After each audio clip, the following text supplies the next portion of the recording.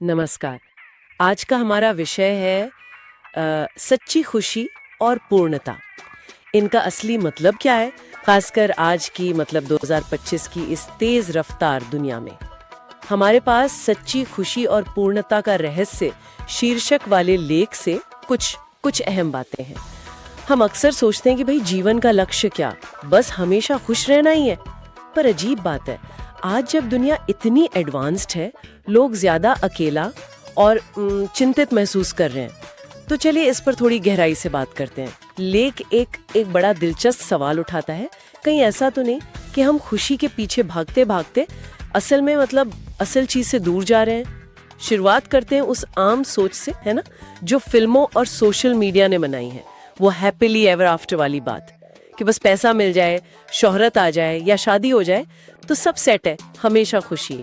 जो स्रोत भी कहता है कि खुशी कोई मंजिल नहीं है, ये एक बदलता हुआ लक्ष्य है, एक एहसास है। एक स्टडी का जिक्र भी है उसमें, जो बताती है कि जब लोग खुशी को ही अंतिम लक्ष्य बना लेते हैं तो वो अक्सर निराश होते हैं। अच्छा, निराश क्यों? क्योंकि उम्मीदें वो असलियत से मेल नहीं खाती, है ना? हाँ। सच्ची पूर्णता, वो फुलफिलमेंट वाली फीलिंग, वो तब मिलती है जब हम खुशी का पीछा करना छोड़कर एक सार्थक जीवन जीने पे ध्यान देते हैं। हाँ, और यहीं पर बात और दिलचस्प हो जाती है, वो हैप्पीनेस पैराडॉक्स। हाँ बिल्कुल। यानी जितना ज्यादा हम खुश रहने की कोशिश करते हैं जानबूझकर, उतना ही दुखी या खाली महसूस कर सकते हैं। जैसे वो सोशल मीडिया पर दूसरों की चमक दमक देखकर लगता है, अरे मेरी जिंदगी में तो कुछ है ही नहीं। ये शायद कई लोगों ने महसूस किया होगा। बिल्कुल सही कहा। मनोवैज्ञानिक दृष्टिकोण से देखें तो खुशी असल में एक बाय प्रोडक्ट है। बाय प्रोडक्ट मतलब ये सीधे कोशिश करने से नहीं मिलती है।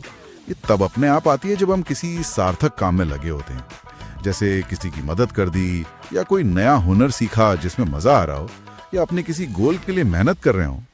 खुशी को सीधे पकड़ने की कोशिश करना वो अक्सर नाकाम रहती है, जैसे मुट्ठी में हवा पकड़ने जैसा है। सही बात है। अच्छा, तो अगर सीधे ही खुशी के पीछे नहीं भागना, तो फिर 2025 के इस माहौल में सच्ची पूर्णता, वो संतोष पाने के लिए क्या करें? स्रोत कुछ रणनीतियां बताता है ना? हाँ, वो 3 मुख्य रणनीतियां सुझाता है। हाँ, पहली माइंडफुलनेस और आभार, यानी सजगता और शुक्रगुजारी। बिल्कुल। दूसरी, चुनौतियों के जरिए विकास करना। और तीसरी, किसी उद्देश्य से जुड़ना।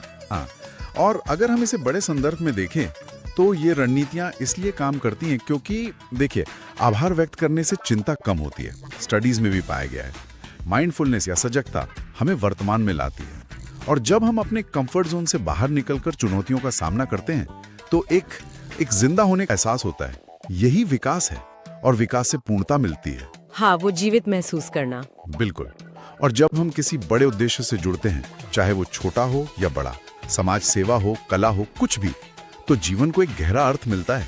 तो इसका मतलब ये हुआ कि पूर्णता कोई एक बार हासिल करने वाली चीज नहीं कि चलो पा लिया और बात खत्म। नहीं, बिल्कुल नहीं। ये तो एक जीवन भर चलने वाली यात्रा है।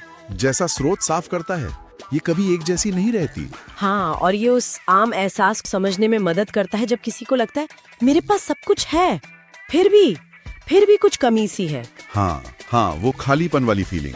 बिल्कुल। स्रोत के अनुसार ये कमी अक्सर पूर्णता की होती है, सार्थकता की। ये खुशी ढूंढना छोड़कर जीवन का मतलब समझने से मिलती है। बात सिर्फ खुश होने की नहीं, बल्कि क्यों जी रहे हैं ये समझने की है।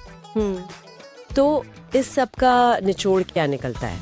शायद यही कि सच्ची खुशी का रास्ता खुशी के सीधे पीछे भागने में नहीं है, सही, बल्कि एक सार्थक, उद्देश्यपूर्ण और सजग जीवन जीने में है। हाँ, खुशी शायद उस रास्ते पे चलने का एक बोनस है, मंजिल नहीं। बिल्कुल। और जाते जाते लेख हमें एक बहुत गहरा सवाल सोचने के लिए छोड़ जाता है, मैं किस चीज के लिए जी रही हूँ? ये सवाल खुद से पूछना शायद आसान ना हो, पर यही सवाल अपनी दिशा तय करने और जीवन में सच्ची पूर्णता पाने की तरफ पहला कदम हो सकता है। इसका जवाब शायद एक दिन में ना मिले, पर इस सवाल पर सोचना, इसके साथ जीना, वो शायद ज्यादा जरूरी है। सही कहा।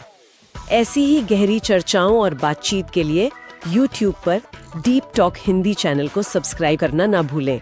अगली बार फिर मिलेंगे एक नए विषय के साथ।